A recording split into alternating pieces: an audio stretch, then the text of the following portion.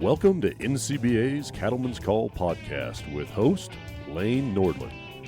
Hey everyone, welcome back to the Cattleman's Call podcast. Lane Nordland with you here today, and as we've done on the podcast for the last few years, this episode is in honor of Veterans Day, which is November 11th.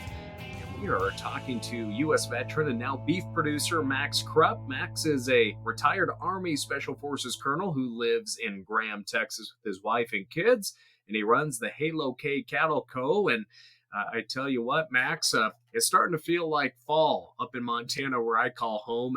How is the fall weather in Texas so far this year?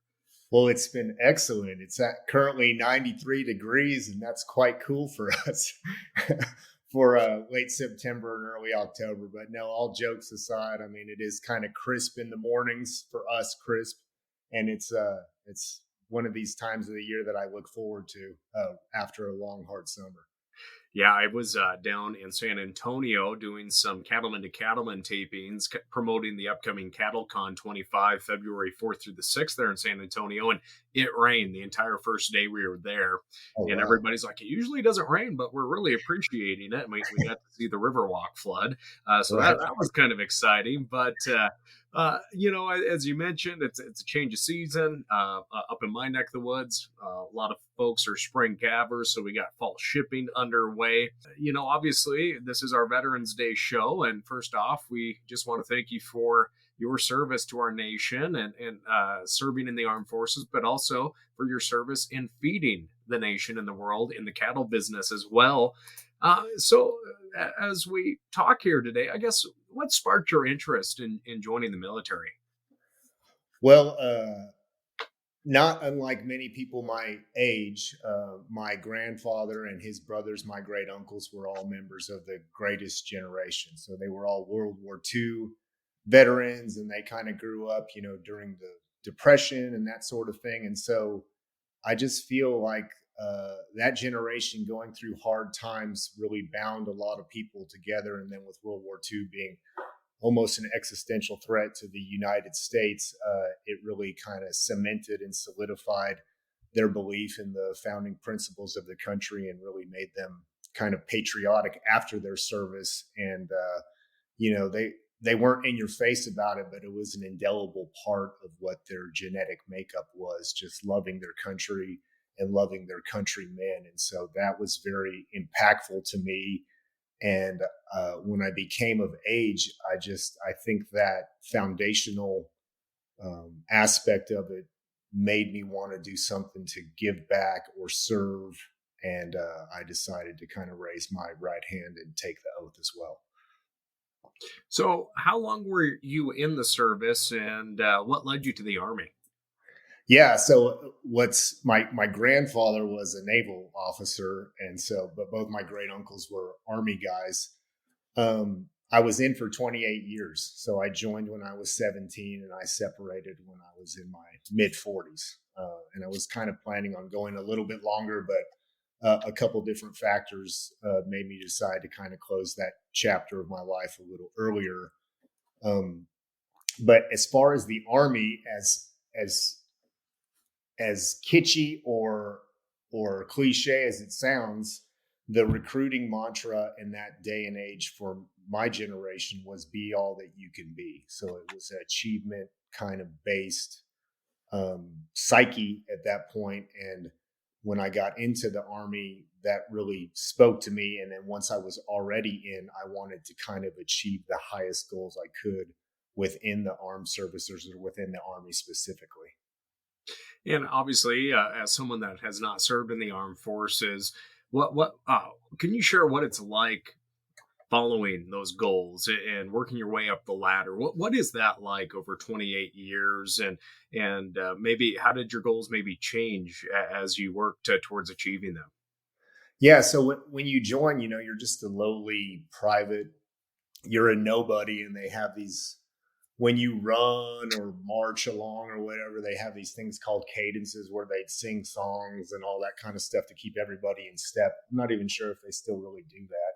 But all the songs were about airborne rangers and, Vietnam veterans and infantrymen and special forces and all that kind of stuff. And that seed got planted early. And once I was in the service, I kind of wanted to strive towards that avenue and just kind of incrementally grow my skill set and try and take on harder and harder challenges. And, uh, I realized, about midway through my career, I've achieved all my personal goals that I wanted to achieve. So where I really got my further satisfaction after that personal goal achievement was mentoring others that wanted to do the most that they potentially could with the capabilities that they had, and help mentor them and coach them and share them in those successes while they're applying the hardship to be successful.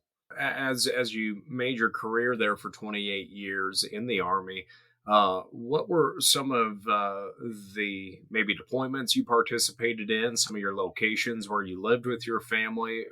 Share more about that, if you feel comfortable. Oh, of course, yeah. So I started off as a infantry officer, and then these units are no longer. They've all been deactivated. But really, I grew up in the infantry in these units called long range surveillance, or LRS, which the forebearers of those units were the long range reconnaissance patrols of the Vietnam era. And so all that was in an airborne kind of construct. Everything involved parachuting and special infiltration techniques and stuff like that. A lot of the stuff that you'd see kind of in the commercials, that so under that be all you can be umbrella. And so I this was pre September 11th, and then when September 11th happened, the kind of world changed forever. And as an infantry officer, I had the opportunity to serve for 13 months in Afghanistan as a combat advisor, which was really interesting. So this was right after the Taliban was vanquished, and you're basically taking all these tribal entities of different ethnicities, et cetera, and trying to cobble them together into a fledgling army, and not only provide an example of what right looks like and build that kind of cohesion between these different tribes, because the principal tribes in Afghanistan are the Pashtuns, Hazaras, Tajiks, and Uzbeks, and they didn't necessarily all get along. And there was a lot of strife, but when they all became one unit, part of my goal was to not only show them that this is your team now, and kind of build that camaraderie, and then couple that with the ingenuity, show them the ingenuity on how to do things with limited resources, because the army at that point, the Afghan National Army, was only a couple years old. So I mean, it's building an army from scratch with tribesmen. So it was pretty interesting task, and a very satisfying task. What is it like to learn from people that you respect, and you spend nearly 30 years in the military? What is leadership development like in your opinion? Serving under other men and women who've been in the military, obviously, before you, and I guess how did you take that and then become a leader of younger men and women in your role as well? Yeah, so I mean, I hope it always stays this way, but the Army and the military, particularly if you're in combat arms, it's almost like a leadership factory. And so you start off, not necessarily being a leader, perhaps being a follower, and you learn how to not only follow well and show that loyalty, but then you realize, hey, I need to set a proper example and be empathetic and caring with my subordinates, and own up to my responsibilities for the units that I'm charged with. But part of the mentorship aspect of that is you get to see so many people in leadership positions, and some are phenomenal, some are not so well, and some are middle of the road. So what I would do is I would take the knowledge, skills, and attributes from the best leaders and try and emulate that when I became the person in that position. And then I would take some of those same negative attributes from people, and try and excise that out of my repertoire, if you will, So I knew if I saw something that wasn't either right, ethically, morally, or just tactically, I would make a note of it and then try to not do that when I was a leader as well. Before your retirement, and when you were making that decision, when you reflected back on your years of service, what made you most proud, or what were some of the things that really made your time in the Army so worthwhile, in spending 28 years and knowing you helped defend our nation? Yeah. So, I mean, really two things. So, I talked about that first Afghanistan deployment, and I got a lot of personal gratification on coaching and teaching and mentoring and working by with and through some of these host nation militaries. That was the driver for me to go to Special Forces selection, the Army Green Berets, and be a Special Forces officer, because that's Special Forces principal mission. And so I got to go to basically every continent but Antarctica and really train partner nation and host nation forces, not in a hierarchical way, as a partner and as a shoulder to shoulder kind of advisor with them. And so I got a lot of gratification out of that, and getting to go to all those different places and experience all those different cultures, with the common thread of us all being in the service to defend um, the countries in which we belong. And then secondly, and probably most importantly, is that similar vein of getting to shape young men and women, and really who come from all different backgrounds. They could have graduated from Yale, or they could have had a GED from the mean streets of Chicago or whatever, but helping them really attain, first of all, identify what it is that's going to give them the most amount of personal and professional satisfaction, and helping them along the way to achieve those goals. And many of those goals don't come the first time around. They have to learn how to deal with setback and failure, for lack of a better term, and then kind of regroup, recock, and go at it again. So really, the successes of the people that I got to personally touch in that respect, when they would succeed, it made me feel better than any of my own personal successes. So when you were contemplating retirement, what was cattle production at the top of your list, or did you have a list and narrow it down with your wife? I guess how did you come to that decision to get into another great profession, raising beef? Right. Yeah, well, I guess holistically speaking, or high altitude, uh, I loved being in the Army during that era because I believed in what I was doing and I thought it was important. And so when I got a little bit of exposure to agriculture through my father-in-law, and I saw him toil day in and day out as a one-man ranch, basically doing things all on his own for 40 plus years, it really inspired me. And I looked at that similarly to military service as a profession with honor. And so that's when I decided that's what I wanted to do. So the short answer is yes. I knew I wanted to go into it. I wasn't sure how I was going to do it, and I wasn't sure when I was going to do it, but I was always kind of setting those conditions. So whenever I decided to kind of, pivot from Army to something else, I knew I was going to pivot into the ag and specifically the ranching space when I retired. And so I kind of started a little bit early, as an Army officer, like I'm a planner, right? So it's like I kind of like looked at the horizon. I had a couple trigger points on if it's this year, this needs to happen. If it's this year, I have a little bit more time, et cetera. But I had already, before a couple years before retirement, like purchased my father-in-law's, or a portion of his first year heifers, and those were going to be my mama cows. And I kind of grew the herd while I was kind of running around all over the place, just so everything was kind of established, to include getting my land and that sort of thing squared away prior to my retirement. And you talk about planning, and I run cattle with my father-in-law, so I can maybe relate a little bit with you here today as well. Yeah. When you look at that, what were some of the key things that you've taken away from that situation of planning before your retirement from the Army? And as you said, like retaining those heifers and owning them and developing them. But what were some of maybe the homework that you had to do on the loan end of things, maybe with Farm Service Agency, reaching out to other veterans that have followed the similar career path of getting into agriculture or returning to agriculture? What were some of those key things that maybe you share with your peers that are getting into agriculture?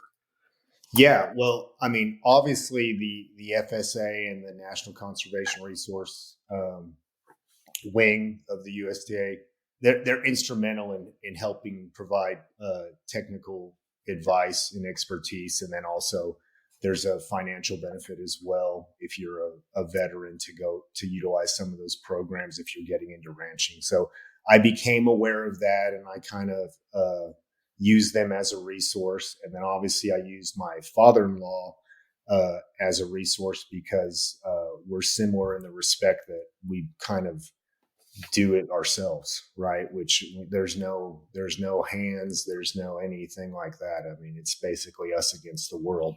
And we do things in parallel. He has his own operation, and then I have my own operation.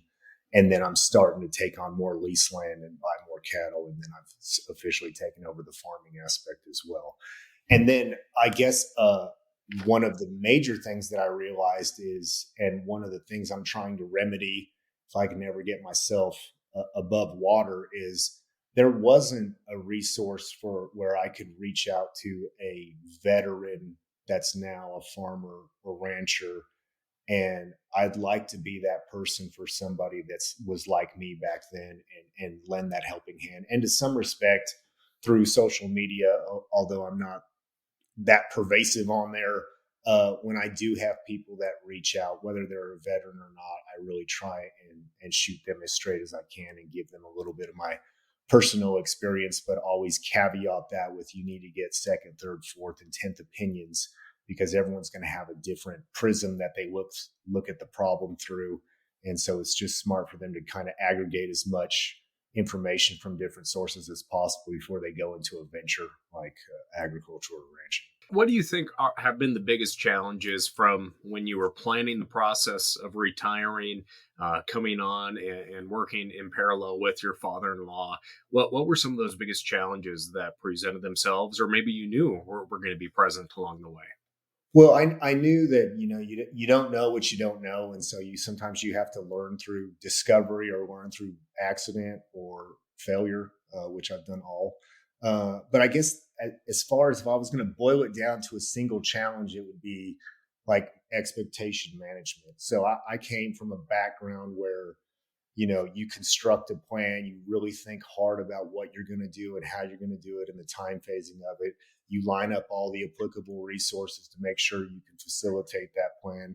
Then you execute that plan, and ideally it goes the way you want. But if you don't do it the way you want, you kind of have an assessment for the next time you do the next iteration, you make improvements.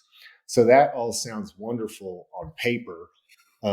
I can construct the plan and I can line up all the resources, but then when it gets to execution time, just like everything changes and everything's like a contingency, and there's weather impacts and there's all kinds of snakes in the grass that just kind of throw you off. And so part of it is just having the wherewithal to kind of, let go a little bit and just realize that, it's not, there's so many factors in there. And a lot of them are bovine heartbeats that don't always want to cooperate or do what you want to have done that day. And you just kind of got to realize that, hey, that's part of the problem. And it's not like you're giving yourself a report card. Sometimes you have to manage what you think success is for that day. So if you get all rip roaring to go, and then this piece of machinery or equipment doesn't work, or you can't get all the cattle rounded up, or whatever, there's 1,000 things, and I've experienced most of them that don't go the way you want. You just got to pivot and kind of figure out how we're going to tackle it and get after it tomorrow. Very, very, very true. You mentioned the word efficiencies and also working with FSA and NRCS, and there also can be some it, when you work with some of these agencies that do have some great programs, they don't run as smooth sometimes. There's a lot Yeah, of back and forth. There's a lot of windshield time going to the office.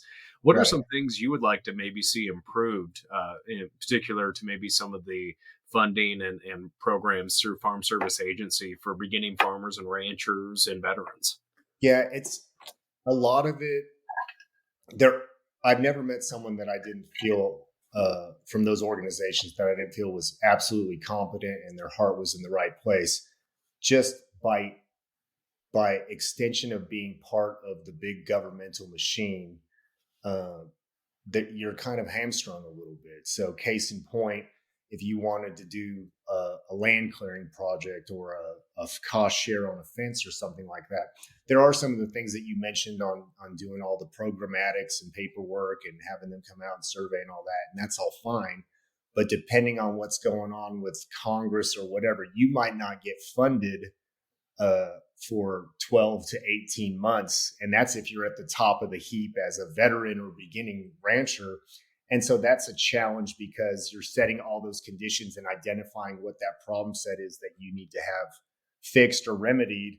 But by the time the funding comes around, you've probably already came up with a solution to that problem out of necessity, and you might not even benefit from that program anymore, and identified some other need and then go through that entire process again only for it to come to fruition a year later, where it might not be what you're needing a year later as well. So that's would be my major critique, which as far as how to remedy it, I have no idea. I've been in the government a long time, and I kind of know how those cogs move slowly and often grind to a halt, particularly if there's government shutdowns and sequestration and all that sort of thing. So it's just part of the challenge, but I would just kind of put that back into the computer.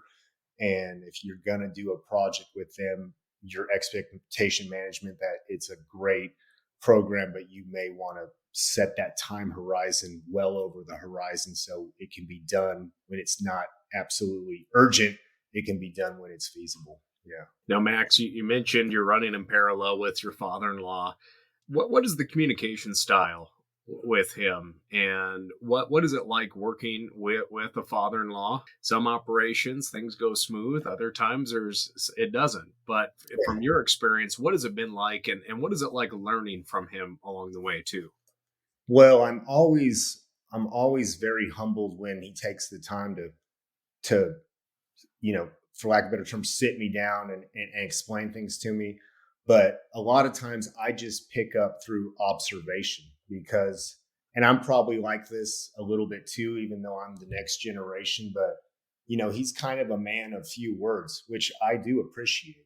Sometimes I think there are too many men and women of too many words. And so I sometimes like it when, people just do and don't talk about it.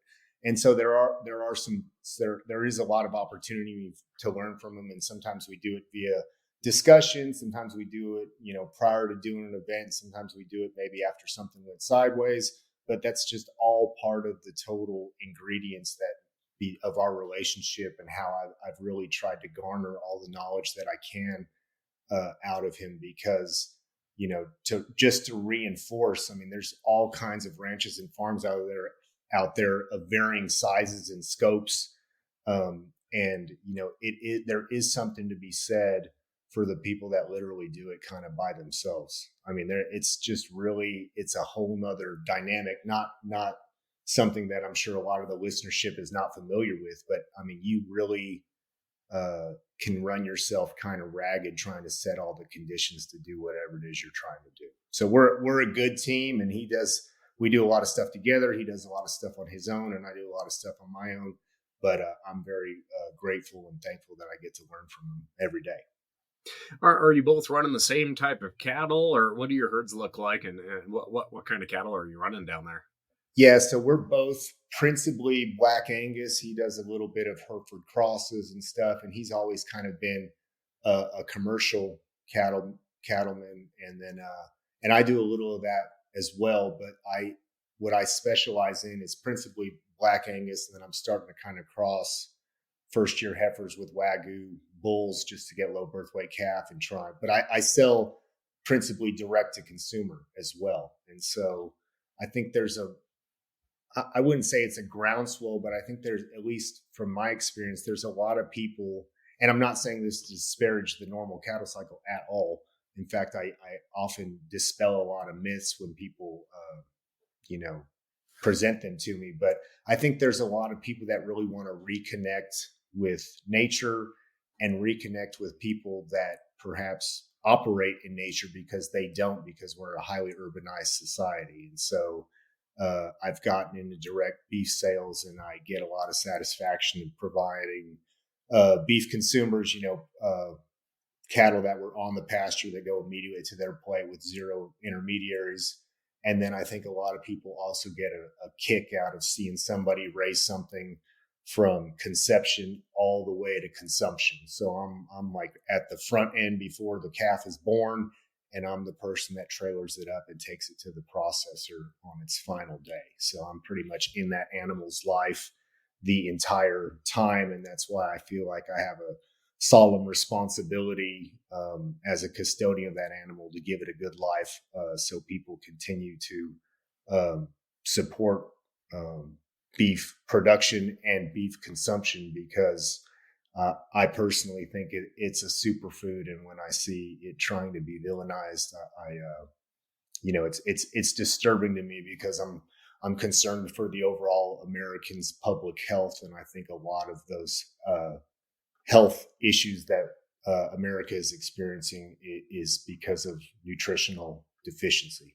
If you can get something that was outside my window eating 2 weeks ago, relative to ultra processed foods that are highly palatable but have a bunch of different ingredients, I try to make sure my kids eat single ingredient foods, i.e. beef. But it's not always easy to do that, but that's important to me. And I think it's important to a lot of people as well. So that's why I try to provide that service.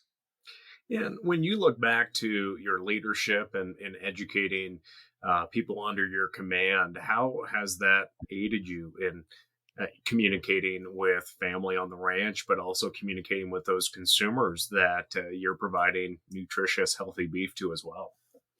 Yeah, so it's really, I'm glad you're bringing up all these kind of leader-centric questions from the Army, because, I retired as a colonel. And so, a lot of people would think that's a big deal, right? When you come in the room, everybody stands up. When you always have a flag that's outside the building and where you're located. I mean, there's a lot of deference there. And I think a lot of leaders can get caught in the trap of thinking they're more important or knowledgeable or better than they are. And so to be a really good leader, you have to own what you're doing. And when your organization doesn't do something well, you need to take the blame. And when it does do something well, you need to take your subordinates and give them the praise. So I was always kind of steeped from my good mentors in that aspect. And I think it's played well getting into agriculture, because, I was a rookie, I still am a rookie. Right.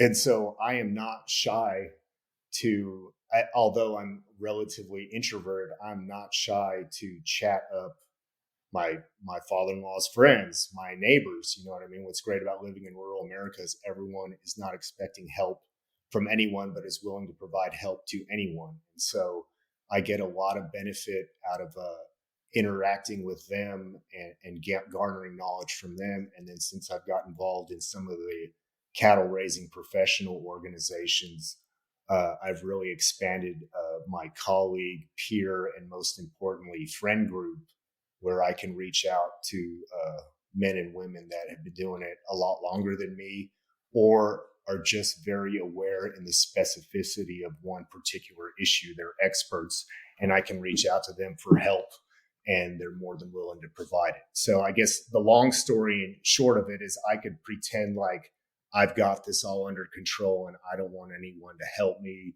and I'm going to figure it out on my own. And I'm kind of wired that way a little bit, but I think my experience in the Army has facilitated the openness and humility to. There's no reason to beat your head against the wall when there's so many resources out there that are not only better at you than this, but willing to assist you and help make you successful as well. And I believe in agriculture, sometimes we get caught up into I'm so many generations in Right. agriculture and this and that. And everybody should be proud of that. But that doesn't mean we shouldn't continue to learn and ask Right. questions. And I think a lot of producers sometimes feel, well, I don't need to go to the stock grower, the cattle raisers regional or state meeting. I don't have time.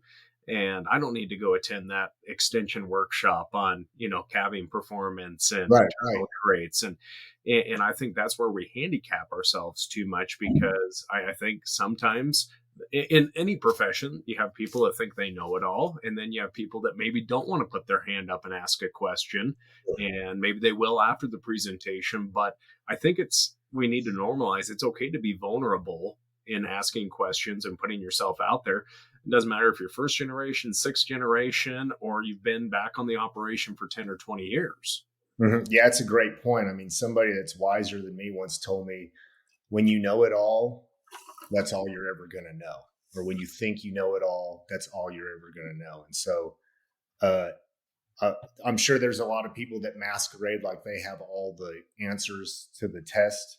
And there's a lot of people out there that are very knowledgeable, but typically the ones that innovate and do the best are lifelong learners and are willing to ask questions and peel the onion a little further back to try and figure out if there's something that they could do to enhance what they're doing, even if they're already very successful.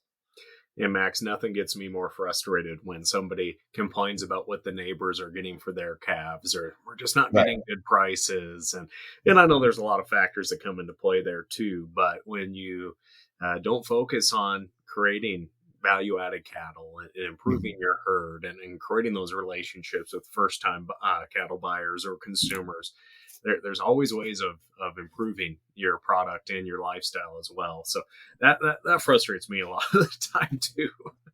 Yeah, I mean, I think I'm sure it does, but I mean, I think in the ranching and ag space, maybe more so than other industries, you would think that it's more entrenched and more, tribal, and I do it this way, and there is some of that, but at least in my recent interactions, particularly, with my friends that are in NCBA and TSCRA, I've noticed a lot of openness and, for lack of a better term, vulnerability, where people are seeking to understand or seeking to kind of grow a little bit, opposed to getting up there and peacocking and talking down on, this is how I do it and this is why you should too. That's more of the minority, I would think now, at least in my experience, opposed to the majority of people trying to gain consensus and get the maximum amount of information possible so they can make the best decision. And, when you look at that, you mentioned being involved with the NCBA and the Texas and Southwestern cattle raisers. What are some of the most important things that you receive, whether that's education or a relationship building, or just knowing that you have a voice in Austin or Washington, D.C.? Yeah. So, I mean, really, I affiliated with both those organizations right when I got started. And more of it was just to enhance my overall situational awareness of not only cattle production, but beef cattle in general. Because I mean, I'm in a small corner here in north central Texas, and I mean, there's a lot of commonality on what people do here, but there's people that do it different in different parts of the state and different parts of the nation or whatever. So I first kind of affiliated with those organizations so I could, as a lifelong learner, try to gain information via some of their conferences and gaining information via some of their publications. But then it expanded into me gaining that peer and friend group as well, which has just been an invaluable resource for me. And so, and then I really believe in what both of the organizations do. I feel like there's a lot of how should I say, there's a lot of forces in and outside of the country that are trying to make agendas and pit people against each other and demonize things and what have you. And it's nice for beef to have a unified voice nationally to dispel myths and help support producers and consumers. And it's nice to have that at the state level as well, not only representing our interests with elected officials, but representing our interests with the greater consumer community. And so I almost feel like it's a duty of mine to support those organizations, because the return on investment you might not see directly on your balance sheet, but rising tides lift all boats, and that's what those organizations do for us. Now, you've talked about goals and looking at things, especially coming from retiring from the Army into livestock production. Can you share with us what some of your goals are here in the short term, the long term, and how your family is a part of that, and where you want to see your livestock career go? Yeah, so really part of the gravity to make me leave the Army early and get into cattle production is because I wanted to get my kids in a more rural environment, and I wanted them to interact with more rural people, and I wanted them to have more rural values. So nothing against any of the places that we've lived or any of the cities that we lived in or any of the friends that I have in those cities, but that's what I thought was the right answer for my family. And then I also feel like the more that they're involved with livestock and agriculture, whether they go into it or not, will provide them life lessons that are invaluable, to include the value of hard work, which in and of itself is a gift. And so as far as personal goals go, I don't intend to be anybody super special or memorable in the in the cattle. You're not going to read about me in 100 years for being some amazing innovator and the biggest direct beef sales titan that's ever happened. But I want to incrementally grow my business to not only from a profitability standpoint, but I want more people to believe that beef is a solution for them and their families when it comes to their nutrition. And I want them to also understand that for those that are interested in animal welfare, that there's no better advocate for that animal than the rancher that raises it.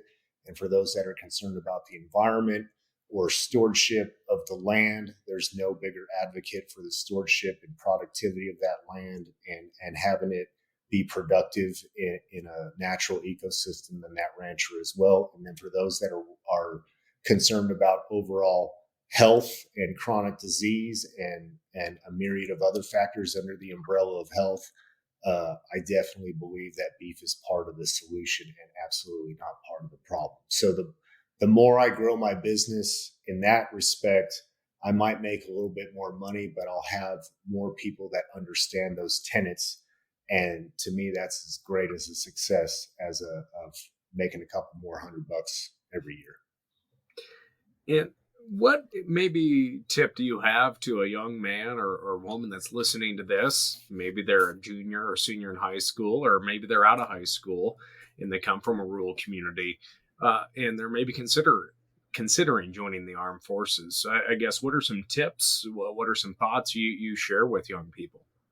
Yeah, well, first of all, I'd like to, thank them for even making it, even having it be a possibility on their chart of what am I going to do with my life, because a lot of people don't realize this, but obviously, the initial enlistees or people that join the service are of a relatively young age, and I don't have the exact statistic in front of me, but I think it's less than 1 in 4 Americans of that appropriate age range are even eligible to join at all, whether it be obesity, drug problems, mental issues, etc.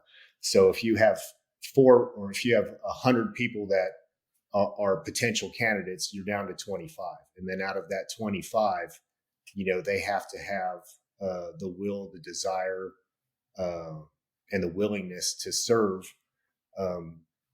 And so to me, it's already a challenge. And if if we don't have people continuing to want to carry that torch, we're going to find ourselves in a pickle when it comes to the future and health of the armed services and the security of the country. So I would first commend them on that, and then I would absolutely compel them to not just talk to a recruiter, but talk to other people that we're in. So if anybody gets a hold of me, and I do this a lot too, probably more so than the cattle mentorship, is mentor young men and women that are deciding what branch they want to go into. And then if you want to go into the Army, like what would I do in the Army or whatever. And even for a couple of people, I've kind of served as the advocate for them when they're going to the recruiter. So whatever they get told is exactly what's on the piece of paper. And so that their expectations are properly managed, and they know they're going to get what they're desiring to do. So that's important to me. But anybody that's willing to serve this great nation of ours, I'm proud of them, and I'm proud of their parents for letting them take that step. But I would also, definitely, I would definitely want a young person to do their research and make sure that they know what they're getting into, because it is a large step. And for most people, I think once they do it, it's a beneficial step that will pay you dividends your entire life, whether you serve for 3 or 4 years or 28 like me.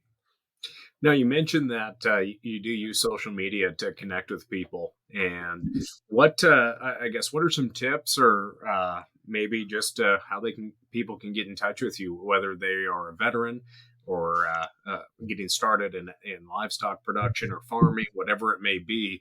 What are some tips you have for them, and how can they get in touch with you? Yeah, so I mean, my principal social media is Instagram, and it's at Halo K Cattle. So Halo, like a halo over your head, K, which is the first letter of my last name, and then cattle. And so the real goal of my social media is less about trying to sell my product. There is some of that, but it's more about trying to show someone what a day in the life is of a person that's a kind of a one-man ranch. And so I think there's some entertainment value to that. When I become more exposed to other people in the social media space, principally through my membership with TSCRA and NCBA and the Trailblazer program, I've realized that my aptitude for social media is essentially at the kindergartner level. So some of my peer group in the Trailblazer program and just that I know around here do phenomenal things and tell phenomenal stories. And it has a lot of aesthetic appeal, and it really will connect with people and grab with them, and for lack of a better term, kind of go viral. I'm not at that level. And so I'm basically, mine are very rudimentary and not extremely impressive, but I guess there might be some kind of charm to that as well, because it's a very raw and unedited and kind of clumsy product, if you will.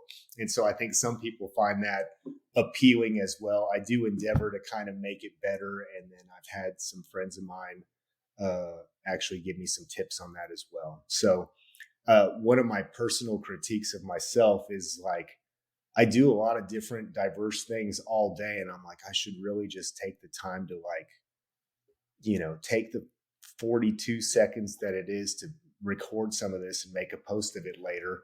And I'm always like, oh, I'm too busy. I'm just going to keep doing what I'm doing. And now, it's just like that's not how you should go about it. And what I've learned from all these other people that are in the influencer space is they realize the absolute necessity and benefit of taking that very small time commitment of capturing it, and then a smaller time commitment, longer for me because I don't know what I'm doing, but small commitment for them to actually tailor it and make it snappy and then disseminate it.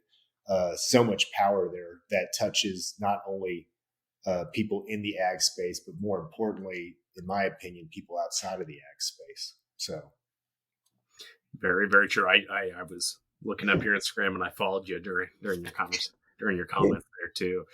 I hope I don't disappoint you too much, but yeah.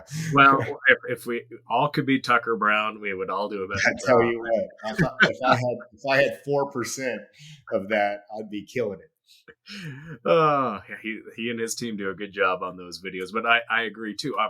I work in communications to pay for my cows, but when I'm horseback most of the time working cows, I forget to Uh-huh. take my phone out and Yeah, go you don't want. talk. Yeah, And like I'll do it next time. yep, That's the I, number one I thing. I can totally relate with you on that. But I guess overall, what looking back on your retirement and now your career in livestock production and ranching, I guess what what does that overall fit? What's it feel like when you wake up in the morning and put your boots on? Do you feel different from when you were lacing boots up in the army till today? I guess what is the overall lifestyle change been like for you?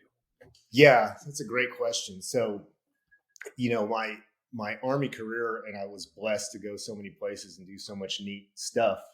But really, when you get to a certain rank, you're not really behind the rifle anymore. You're behind the desk, and it's a very regimented day, meeting to meeting, all that kind of stuff. You provide some decisions, you get some more input, you do your thing, but it's a long day of drudgery, and it's almost akin to corporatism. So it's not. I wasn't getting that professional satisfaction unless it was somebody that was a subordinate to me doing the things that I used to do. I used to like that a lot. So that was part of the calculus for me to depart. But now, when I wake up being my own boss, it feels really good. One of my major personality defects is I put myself on this clock and try to do all these kind of things where I just need to kind of downshift and be more Hakuna Matata and let it just play out. I'm basically trying to like do 10 pounds of stuff and put it in a 1 pound bag every day. And then I get mad when I spilled 9 pounds of stuff. So I'm learning the humility aspect and the expectation management of you can't do it all in one day. And so just find the inner peace and find the wherewithal to be able to enjoy what you're doing in the moment. And if you have a list of 10 things and you only get one done, that's better than getting zero done. And you just lace up the boots the next day and get after it again. So, but it's funny. I think the drive and the regimentation that the Army taught me, I brought it into the ranching space, but I don't have any subordinates, and the subordinates are the ones that make you successful. So I'm my own subordinate, and I'm known to error often, and so I just have to kind of lower the goalposts a little bit for me to kind of get a win, get a W during the day. I lower the expectation for myself all the time too, especially when it comes to mechanics, because my father-in-law has really found out that I am not very good at mechanics or welding or anything like that. That's a So challenge of mine as well. Yeah.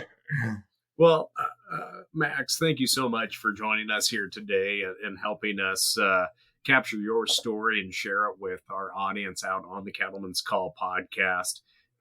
Any last thoughts or comments you want to share? And again, they can check you out on Instagram as well. But just anything you would just like to leave our audience with here today?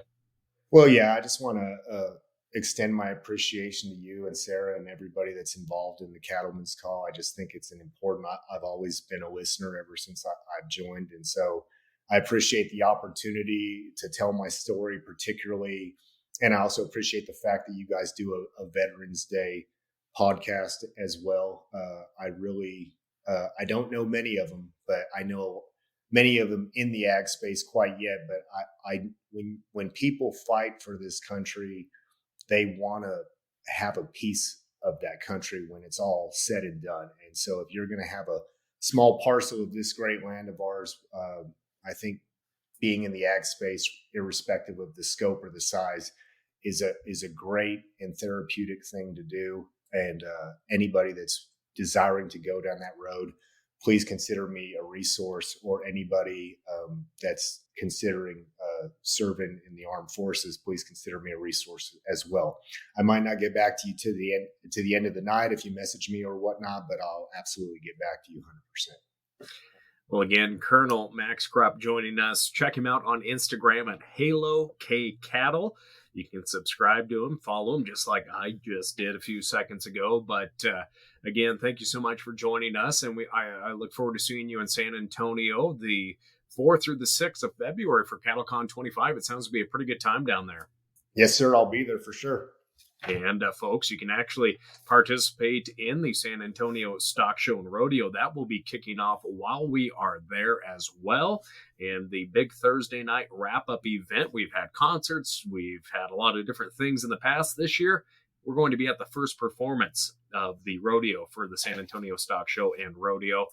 Check out everything about it. Get registered, get your housing taken care of as well. Just visit ncba.org/producers, and everything in there for convention can be found. I look forward to seeing Max and so many other people while we're down there. So, Max, again, thank you for joining us. We're all busy out in the countryside, so thank you so much for taking a little bit of time for joining the conversation. Absolutely. Thank you. Well, friends, thank you so much for joining us here on the Cattleman's Call podcast. All 4 of you. That includes my mom, my mother-in-law, and Max, and maybe someone else that subscribes. There's a few more than that. But thank you all thank you all so much for joining us. I'm Lane Nordlund. We'll catch you next time. Thanks for tuning in to NCBA's Cattleman's Call podcast with Lane Nordlund. For more information, visit ncba.org and make sure to subscribe to the podcast today.